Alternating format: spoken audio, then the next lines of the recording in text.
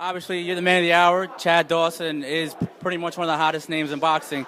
What I wanted to ask you at the press conference that I didn't get a chance to ask you was, after the headbutt, did you instill a sense of urgency in Chad? Because it seemed like after that headbutt, he really picked up the pace in the fight with Bernard. Well, not so much urgency. I wanted him to stay focused because our whole thing, the whole knock on Chad has always been he doesn't have focus. He doesn't stay focused the whole way. So I've always worked with him on staying focused the whole 12 rounds. So if anything is going to break your focus, it's something like that. So my job was just to keep him focused. And I think what happened as a result, he went so far with it that he became more focused and more energized. So in a sense, getting butted might have actually helped him in the fight. Were you satisfied with his performance, considering the factors that were going in, basically the headbutt, it being a slow fight in the beginning, being an ugly fight, to be honest with you? Were you satisfied with his performance against Bernard? Sure, against Bernard. Against somebody else, maybe not so much. But with Bernard is a smart guy. He's very intelligent. He's not giving you anything. Bernard is not in the business of getting beaten up. So he's not going to let you beat him up. And when you fight a guy like that, it's very difficult. I mean, Bernard is difficult for anybody in the world. Anybody. Tavares, Cloud, any of those guys. He proved that with Pascal twice. So Chad did what he had to do. If anything, the knock on Chad of not being a focused fighter should be washed away, because if he ever needed to be focused, it was that night, and he did that. He did that extremely well. Now, the focus, what you're talking about, it's going to be a big aspect in his next upcoming fight. I'm not sure if it's signed already, but the hot rumor is Chad Dawson against Andre Ward. Now, can you fill us in if that fight's official, or what's going on with that fight? To tell you the truth, I mean, I'm kind of in the dark too. As far as I know, it's going to be official soon. My understanding is that that's the next fight. I don't think it's signed, sealed, and delivered, but that's the next fight. Now, as far as it's going to be, the rumor is it's going to be at the 168-pound division. Now, is that something you talked to Chad about? Maybe it should be a catch weight, or can you get down to 168 comfortably for this fight with Andre Ward? Well, apparently Ward is dead set against catch weight. Maybe they'll do 170. I'm not really sure. The good thing about Chad is, as imposing as he looks, because compared to Hopkins, he looked much bigger. He only comes into camp about 180. He's not a big, as far as weight-wise, he's not a big guy. He doesn't get a lot of light heavyweights weigh 200, 197, 198. He's never been that in his life. So he's within striking distance of 168. I talked it over with his strength coach, who's also his nutritionist, and he says it's not going to be a problem. With that being said, Andre Ward is from the Bay Area. He's worked with Victor Conti before. Are you at all worried with all the controversy going on with Vada, with Berto, with Khan and Peterson? Is this fight, are you going to request random drug testing in this fight? I think that we should. I mean, it's funny. We were just talking about it earlier. Some of the guys downstairs were talking, and I was saying how Conti came out and said, it's not steroids, it's not this, and it's kind of funny to me. Like, out of anybody in the world, like anything he says, nobody's gonna listen. Like him denying it, it's like, why even bother? Like nobody believes you. Not that it's not true, but I'm just saying the precedence is already there. Nobody believes you. So he's always face it. He's got that cloud over his head. That's just the way it is. So there's always going to be doubts, and I mean, the thing is, like Mayweather says, like, if you have nothing to hide, what's the big deal? As far as the fight, if it's going to be contested at 168 or 170 or 171, whatever the catch weight might be, are both belts going to be on the line, or is it just Andre Ward's belt that's going to be on the line? From what I understand, it's just Ward's belt. That's and again, I'm not involved with the negotiations, but from what I understand, just Ward's belt.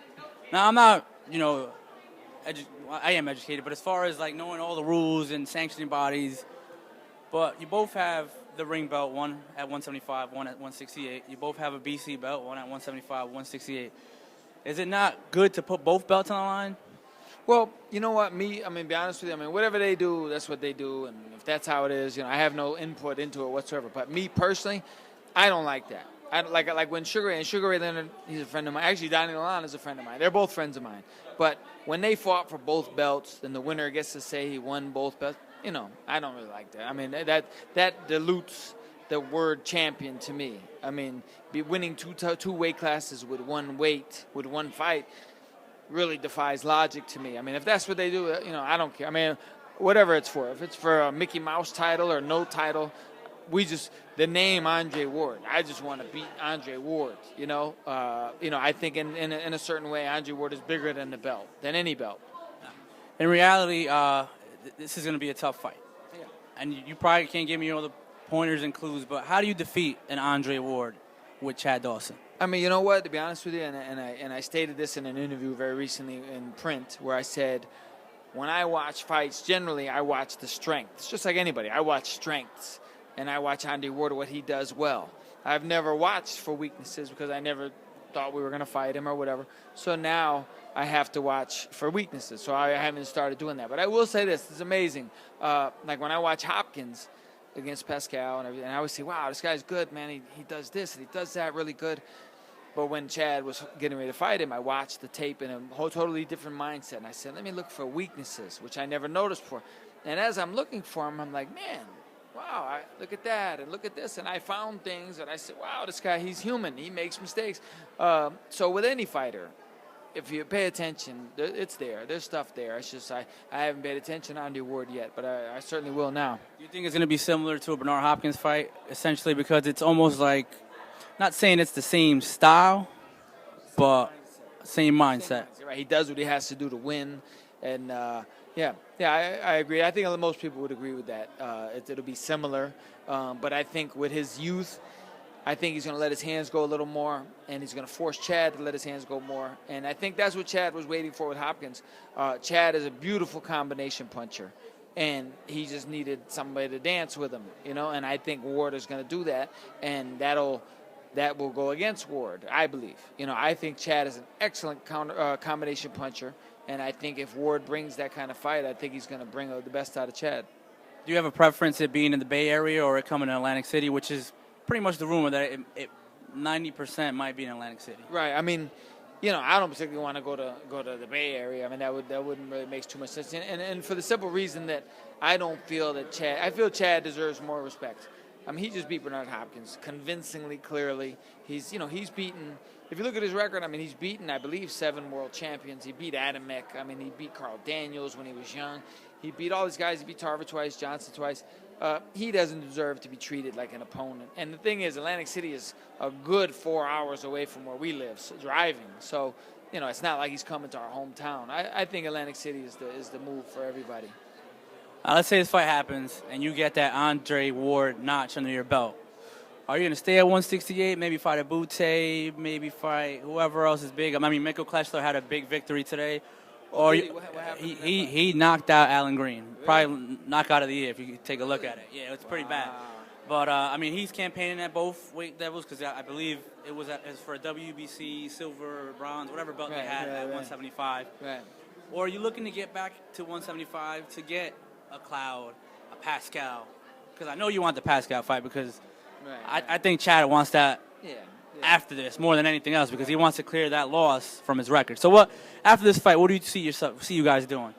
You know what? I guess it depends how the fight goes, like how impressively he would win. I think if he was to win impressively, a fight with Butte would probably be astronomical, probably bigger than Pascal. Me personally as a fighter, I'd like to fight Pascal. Just that's how I am. I would like to, and I would assume Chad deep down, or maybe not so deep, he would want to do that. Ideally, eventually fight both. Fight both guys. But if he goes down to 168, feels great. I would assume he'd want to stay there and not yo-yo up and down, which would probably be a mistake. Well, I mean, you got the goods right now. Appreciate the time. You have anything else you want to say to the fans today? I just want to keep an eye on Chad Dawson. I mean, he's excited about his career. He's excited about boxing, and he enjoyed the spotlight and people enjoying him showing that new aggression that they haven't seen from him. And, you can count on that being the case from now on. Well, there you have it, fight fans. John Iceman Scully, Chad Dawson's trainer, live from Connecticut. Thanks again. Yeah, Lennox Lewis. Lennox, I'm coming for you. I'm going to show you how great I am. Boxing Voice.